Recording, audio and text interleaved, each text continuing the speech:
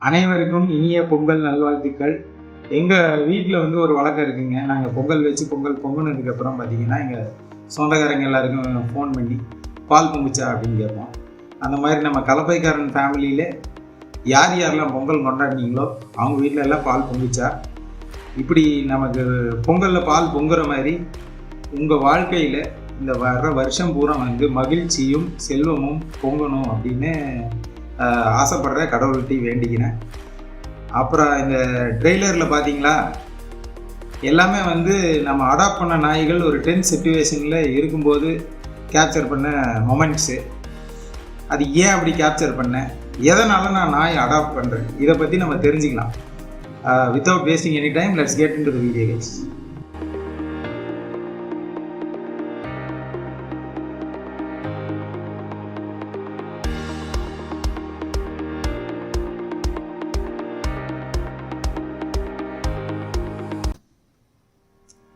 So இப்போ talk அடாப்ஷனை பொறுத்த வரைக்கும் நான் ஏன் எடுக்கிறேங்கிறதுக்கு முன்னாடி, அடாப்ஷன் எடுக்கும் பொழுது அந்த நாய் சந்திக்கக்கூடிய பிரச்சனைகள் என்ன, குறிப்பாக ஒரு அடல்ட் டாகாக இருக்கும்போது. ஒரு அடல்ட் டாக் வந்து சின்ன வயசுலேருந்து ஒரு வீட்டில் வளரும் போது அந்த வீடு தெரிஞ்சுக்குது, அந்த வீட்டில் இருக்க வாழ் சூழ்நிலை தெரிஞ்சுக்குது, அதுக்குன்னு ஒரு ரொட்டீன் அமையுது. இத்தனை நேரத்துக்கு சாப்பாடு, இன்ன சாப்பாடு, இந்த நேரத்துக்கு விளையாட்டு, எல்லாமே அதுக்கு முடிவாகுது. ஒரு வருஷம் அது வளர்கிற பருவம் பூரா. அந்த நாய் அப்படியே இன்னொரு வீட்டுக்கு மாறும்போது இது எல்லாமே வந்து பழகிக்கிறதுக்கு ரொம்பவே சிரமப்படும். அதுலேயும் வந்து கோம்பை நாய்கள் வந்து வளர்த்துறவங்க மேலே ரொம்ப பாசத்தோடு இருக்கக்கூடிய நாய்கள். அதை நீங்கள் பிரித்து இன்னொரு வீட்டில் மாற்றும் போது அதுங்க அந்த வீட்டுக்கு அடாப்ட் ஆகுறதுங்கிறது ரொம்ப ரொம்ப சிரமம். நிறைய பேர்கிட்ட கேட்டிங்கன்னா கோம்பை அடாப்ஷனுக்கு பெரும்பாலும் வந்து அடல்ட் அடாப்ட் பண்ணாதீங்கன்னு சொல்லுவாங்க. ஸோ இப்படியான சூழ்நிலையில் நான் ஏன் வந்து ரவுடி, நம்ம இவன் கருமாண்டி, அதுக்கப்புறம் கண்மணி, திப்பு, இவங்களெல்லாம் நான் ஏன் அடாப்ட் பண்ணியிருக்கேன், அதை பற்றி நம்ம பார்ப்போம். இப்போ பார்த்தீங்கன்னா கோம்பை ப்ரீடிங் ப்ரோக்ராம், அதை பற்றி நான் ரெண்டு வீடியோ போட்டிருக்கிறேன். நம்ம சேனலில் அதை பற்றி நான் சொல்லியிருக்கிறேன். நல்ல நாய்கள் உருவாக்குற ஒரு எண்ணம் இருக்குதுன்னு சொல்லி. அதுக்கு வந்து நம்ம என்னென்னலாம் பாசிபிள் வேரியேஷனில் கோம்பைகள் இருக்கோ, தரமான கோம்பைகள் இருக்கோ, அந்த எல்லா வேரியேஷனுடைய பிளட் லைனையும் நம்ம ப்ரீடிங்கில் கொண்டு வரணும். அது எந்த வகையில் கொண்டு வரலாம் அப்படின்னு பார்த்தீங்கன்னா, வெளியில் இருக்க நாய் கூட இணை சேர்த்துனா வரும். இன்னொன்று, அந்த வகை நாய்களை நம்ம வளர்க்கவும் செய்யணும். அப்படி பார்க்கும்போது இப்போ நான் அடாப்ட் பண்ணியிருக்க ரவுடி, திப்பு, இந்த மாதிரியான நாய்கள்லாம் இன்றைக்கி நம்ம பார்க்கவே முடியறது இல்லைங்க. அதனால தான் வந்து அவங்களுக்கு வயசானாலும் நம்ம வந்து அதை அவங்களை எடுத்துக்கணும்னு நினைக்கிற காரணம் அந்த பிளட் லைன் நமக்கு முக்கியமாக வேணுங்கிறது. இதெல்லாம் கூட ஒரு சின்ன ஃபேக்டர் தான். இதெல்லாத்தையும் கூட ஒரு முக்கியமான ஃபேக்டர் வந்து அந்த நாய்கள் வளர்ந்த சூழ்நிலை, அதை வளர்த்துனவங்க. இது ரெண்டு தான் வந்து எனக்கு ரொம்ப ரொம்ப முக்கியமான ஒரு விஷயம். இது வரைக்கும் நான் அடாப்ட் பண்ண டாக்ஸ் எல்லாமே எனக்கு நல்லா தெரிஞ்ச நண்பர்களோடது. அவங்க எல்லாருமே வந்து அவங்க நாயை வந்து குடும்பத்தில் ஒரு உறுப்பினராக வளர்த்துனவங்க, ரொம்ப பாசம் வச்சு வளர்த்துனவங்க. அந்த நாய்களை வந்து வேறு வழி இல்லாத சூழ்நிலையில் கொடுக்க வேண்டியதாக இருக்கும் பொழுது அவங்களுக்கு ஒரு நிம்மதி தர்ற மாதிரி, அவங்க குடும்ப உறுப்பினரை நம்ம குடும்ப உறுப்பினராக பார்த்துப்போம் அப்படிங்கிற ஒரு அஷூரன்ஸ் அவங்களுக்கு கொடுக்குற விதமாக தான் நான் அவங்களுக்கும் சப்போர்ட் பண்ணுறதுக்காக தான் நான் நாயை எடுத்துருக்கேன். உதாரணத்துக்கு நம்ம கருமாண்டியை எடுத்துக்கங்களேன். அவங்கெல்லாம் வந்து கருமாண்டி விட கொடுக்கும்போது அப்படியே அழுதாங்க. அப்போ நான் வந்து அவங்களுக்கு சொன்னேன், இல்லைங்க கண்டிப்பாக நல்லா பார்த்துக்கிற, ரெடி பண்ணிடுறேன் அப்படின்னு சொன்னேன். இன்றைக்கி வந்து அவங்க மகிழ்ச்சியாக இருக்காங்க. அதே கேஸ் தான் வந்து ரவுடி, திப்பு எல்லாருக்குமே வந்து கொடுக்கும்போது ரொம்ப பிரியா விடையாக தான் கொடுத்தாங்க. அது வந்து அவங்க வேற வழியே இல்லைங்கிற சூழ்நிலையில் வந்து ரொம்ப அருமையான நாய்கள், இந்த மாதிரி ஒரு சூழ்நிலையில் அருமையான மனிதர்களிடம் வளர்ந்த நாய்கள், நம்ம வந்து அந்த மாதிரி ஒரு சூழ்நிலையில் இருக்க நாய்களை நம்ம எடுக்கிறோம். சரி, இந்த விஷயம்லாம் இப்போ ஏன் சொல்கிறேன் அப்படின்னு கேட்டிங்கன்னா, நான் கருமாண்டி அடாப்ட் பண்ணி அந்த ஸ்கின் ட்ரீட்மெண்ட் போஸ்ட் போடும்போதே 2-3 சப்ஸ்கிரைபர்ஸு யூடியூப்லேயே வந்து கீழே என்கிட்ட நாய் இருக்குது அடாப்ட் பண்ணுறீங்களான்னு கேட்டாங்க. இது போக ஃபேஸ்புக்கில் நிறைய மெசேஜ் வந்துருந்தது.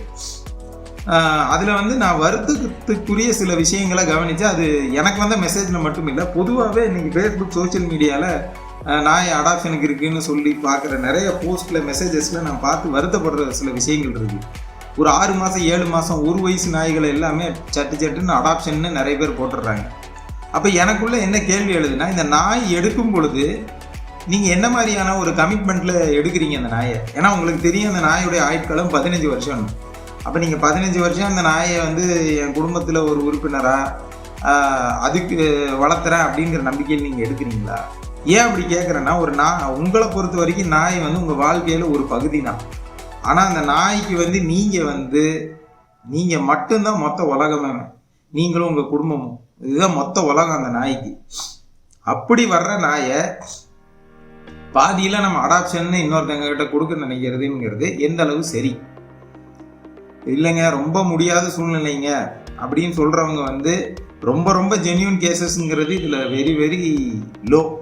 மிச்சவங்க எல்லாருமே வந்து ஏதோ ஒரு அவசரத்தில் நாயை எடுத்துட்டு அப்புறம் அவங்க சிச்சுவேஷனை ஃபேஸ் பண்ண முடியாமல் தான் கொடுக்குறீங்க. ஸோ இதனால் நான் நண்பர்களுக்கு என்ன தெளிவாக சொல்லிக்க விரும்புகிறேன்னா, இப்போ நீங்கள் ஒரு நாய்க்குட்டி எடுக்க போகிறீங்கன்னா இது என்னுடைய ஒரு பணிவான தாழ்மையான பெரிய வேண்டுகோள் என்னன்னா, இந்த விஷயங்களெல்லாம் நீங்கள் கன்சிடர் பண்ணிவிட்டு நாய்க்குட்டி எடுங்க. முதல் விஷயம், உங்கள் குடும்பத்தில் இந்த நாய் வளர்க்க சம்மதிக்கிறாங்களா? உங்களுடைய பிற்காலத்தில் இப்போ வந்து நீங்கள் வந்து ஒரு பேச்சுலராக இருக்கீங்க, கல்யாணம் பண்ண போகிறீங்க, இல்லை இப்போ தான் கல்யாணம் ஆகிருக்கு, குழந்தை பற்றிக்க போகிறீங்க, இந்த மாதிரி சூழ்நிலைகள் எல்லாத்துலேயுமே அந்த நாய் உங்கள் கூட பயணிக்க முடியுமா? இது ரொம்ப முக்கியமான கேள்வி. 15 வருஷம் அதை சப்போர்ட் பண்ண முடியுமா? இதுதான் ஃபஸ்ட்டு கேள்வி. செகண்ட் வந்து குடும்ப உறுப்பினர்கள் சப்போர்ட்டு. நீங்கள் வந்து உங்கள் வாழ்க்கையில் அடுத்தடுத்த ஸ்டெப்புக்கு போகும்போது இந்த நாய் உங்கள் கூட பயணிக்கிறதுக்கான வாய்ப்பு இருக்கா? மூணாவது வந்து நீங்கள் புரிஞ்சிக்க வேண்டியது, 1 வருஷம் வரைக்கும் அந்த நாய் வந்து உங்கள் கிட்டேருந்து நிறைய டிமாண்ட் பண்ணும். ஒரு சின்ன குட்டிக்கு வந்து எங்கே டாய்லெட் போகணும், எங்கே போகக்கூடாதுன்னு கண்டிப்பாக தெரியாது. ஒரு 3 மாதத்துக்கு உள்ளே இருக்கிற குட்டிகளுக்கு நம்ம பழக்காமல் விட்டுருந்தோம்னா கண்டிப்பாக தெரியாது. அது கண்ட இடத்துல டாய்லெட் போகத்தான் செய்யாது, நம்ம க்ளீன் பண்ணத்தான் வேணும். அதுக்கெல்லாம் சங்கடப்படாமல் க்ளீன் பண்ணி வளர்த்த தயாராக 1 வருஷம் நீங்கள் நல்ல நாயை ரெடி பண்ணிட்டீங்கன்னா அதுக்கப்புறம் அதை மேனேஜ் பண்ணிங்க. ஆனால் அதுக்கு நீங்கள் அந்த 1 வருஷம் நீங்கள் அது கூட சிரமப்பட தயாரா? நீங்கள் நாய் மேலே அபரிமிதமான ஒரு ஆர்வம் இருந்துச்சுன்னா அது உங்களுக்கு சிரமமாக தெரியும். சரிங்க, அதுக்குள்ளே சாமி கும்பிட கூப்பிட்டாங்க. பொங்கல் காலையிலே வச்சுட்டோம். சாமி கும்பிட்டு பொங்கல் சாப்பிட்டு வந்து திருப்பி வீடியோ கண்டினியூ பண்ணுறேன். ஸோ நாய் வந்து நீங்கள் வந்து 1 வருஷம் பார்த்துக்க தயாரா, அந்த விஷயம் ஒன்று நீங்கள் பார்க்கணும். அதே மாதிரி வந்து ஒரு ஆண் நாயினா வந்து தடவையாக அந்த பியூபர்ட்டி 8 மாதம் ரீச் ஆகும்போது ஒரு பொட்டை நாயுடைய வாடை வந்துச்சுன்னா கண்டிப்பாக ஊளை விடும், சத்தம் போடும், தப்பிச்சு வீட்டை விட்டு தப்பிச்சு ஓட பார்க்கும், கத்தும், சரியாக சாப்பிடாது. இது எல்லாத்தையும் பேர் பண்ணிக்கணும். அதே மாதிரி ஒரு நல்ல எனக்கு காவல் குணம் உள்ள நாய் வேணும் அப்படின்னா, அதாவது வந்து பார்த்திங்கன்னா நல்ல யாரை பார்த்தாலும் கொஞ்சம் அலர்ட்டாக குலைக்கணும் அப்படிங்கிற நாய் எடுத்திங்கன்னா அது கொஞ்சம் அதிகமாக குலைக்கத்தான் செய்யும். அப்புறம் எடுத்துக்கிட்டு அது குலைக்குதுன்னு சொல்லி கம்ப்ளைண்ட் பண்ணுறது, இந்த வேலையெல்லாம் ஆகாதுங்க. இதே மாதிரி இப்போ பொட்டை நாய் இருக்குதுன்னு வைங்களேன், அது வந்து நீங்கள் இணை சேர்த்தணும். இப்போ ஆண் நாயே வந்து இந்த 8 மாதத்தில் வர்றது ஒரு 1.5 வயசுக்கு அப்புறம் வந்து அதை இணை சேர்ப்பில் வருஷத்துக்கு 1 தடவை 2 தடவை சேர்த்துனீங்கன்னா பெரிய பிரச்சனை இருக்குது. நான் நாட்டு நாயை காப்பாற்றுறேன்னு சொல்லி ஆண் நாய் மட்டும்தான் வேணும்னு எடுக்கிறதே முதல்ல தப்பு. அப்படி எடுக்கிற நாயையும் ஸ்டட்டு பண்ணுறதுக்கு விடாமல் வளர்த்துறது அது அதை விட தப்பு. ஸோ நீங்கள் என்ன பர்பஸுக்கு நாய் எடுக்கிறீங்க அப்படிங்கிறது எல்லாம் தெளிவாக இருக்கணும். அடுத்தது வந்து அது பார்த்தீங்கன்னா எனக்கு காவலுக்கு வேணும் அப்படின்னா அதுக்கு காவல்குறி அந்த குணம் அதிகமாக உள்ள நாய்களை எடுக்கணும். இல்லை நான் நாட்டு நாய் காப்பாற்ற போகிறேன்னு சொல்லிட்டு ஒரு நல்ல நாய்க்குட்டி எடுத்து அதுக்கப்புறம் அதை ப்ரீட் பண்ணாமல் விடுறதுங்கிறது நீங்கள் அந்த ப்ரீடுக்கு செய்கிற ஒரு தவறான விஷயம். ஸோ புதுசாக குட்டி எடுக்க போகிற நண்பர்கள் தேவை அறிஞ்சு குடும்பத்துடைய ஒத்துழைப்போடு இதில் இருக்க எல்லா பிரச்சனையும் நீங்கள் ஃபேஸ் பண்ண தயார்னு ரெடி ஆனதுக்கப்புறம் நீங்கள் நாய்க்குட்டி தயவு செஞ்சு எடுங்க. ஏன்னா இந்த 6 மாதத்தில் 1 வருஷத்தில் நாய் அடாப்ஷன் கொடுக்குறதெல்லாம் பார்க்கவே முடியலைங்க. ரொம்ப வருத்தமாக இருக்குது.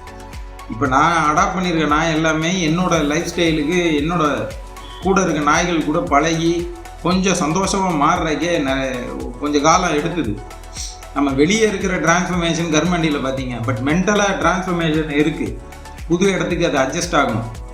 அது வந்து எவ்வளோ பெரிய ஒர்க்குங்கிறது வந்து இனிமேல் நான் மிச்ச நாய்கள் இன்ட்ரடியூஸ் பண்ணும்போது நீங்களே பார்ப்பீங்க. அதனால வந்து இது வந்து ஒரு நாய் அடாப்ஷனுங்கிறது வந்து அந்த நாய்க்கே ரொம்ப சிரமமான ஒரு விஷயம், சைக்கலாஜிக்கலாக அந்த நாய்க்கே.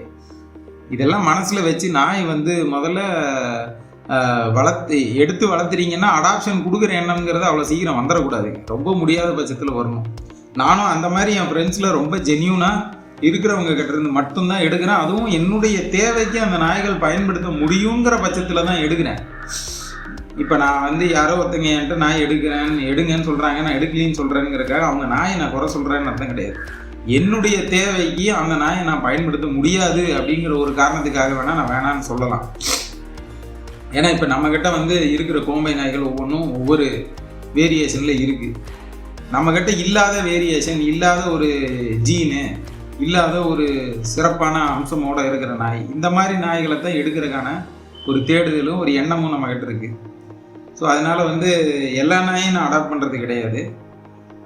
ரொம்ப எனக்கு நல்லா தெரிஞ்சு நல்லா நாய் வளர்த்தக்கூடிய நண்பர்களிடம் இருக்கும் மிக மிக சிறப்பான நாய்கள் வேறு வழி இல்லாத சூழ்நிலையில் அவங்க இந்த மாதிரி அடாப்ஷன் வரும்போது நான் கண்டிப்பாக எடுத்துக்கிறேன். அதுக்கும் ஒரு லிமிட் இருக்குது. இவ்வளோ நாய் தான் என்னால் வளர்த்த முடியும்னு. என் மனசுக்குள்ளே இருக்க லிமிட் வந்து என்னால் 20 நாய்கள் மேக்ஸிமம் இப்போதைக்கு, அதுக்கு மேலே போகக்கூடாதுங்கிறதுல தெளிவாக இருக்கேன். ஸோ இப்போவே கிட்டத்தட்ட 15 பக்கத்தில் வந்துடுச்சு. கன்னி நாயில் கொஞ்சம் சேர்க்கணும், ரோம நாயில் சேர்க்கணுங்கும்போது என்னோடய ப்ரீடிங்கில் வேறு சிலது நிறுத்தி வைக்கணுங்கும்போது இதுக்கப்புறம் அடாப்ஷனுக்கான சான்சஸும் குறைவு. ஸோ இந்த வீடியோவில் வந்து உங்களுக்கு தெளிவாகவே நான் வந்து எதனால் நாயை அடாப்ட் பண்ணுறேன், அடாப்ஷனில் இருக்க சிக்கல் என்ன, அந்த நாயோட உளவியல் என்ன, இதெல்லாத்தை பற்றி நான் சொல்லியிருக்கேன். உங்களுக்கு இந்த வீடியோ பிடிச்சிருக்குன்னு நம்புகிறேன். இந்த கண்டென்ட் பிடிச்சிருந்ததுன்னா லைக் பண்ணுங்கள். நம்ம பேஜுக்கு சப்ஸ்கிரைப் பண்ணி நோட்டிஃபிகேஷன் ப்ரெஸ் பண்ணிங்கன்னா உடனே உங்களுக்கு அப்டேட்ஸ் வரும் எந்த வீடியோ போட்டாலும். அப்புறம் உங்கள் ஃப்ரெண்ட்ஸுக்கு இந்த வீடியோ ஷேர் பண்ணுங்கள். இன்னும் சுவாரஸ்யமான எபிசோட்ஸு, அதுவும் வந்து இந்த புது வரவுகளுடைய இன்ட்ரடக்ஷன் எல்லாத்தோட உங்களை நான் கூடிய விரைவில் சந்திக்கிறேன். Until then by from myself Ramanathan.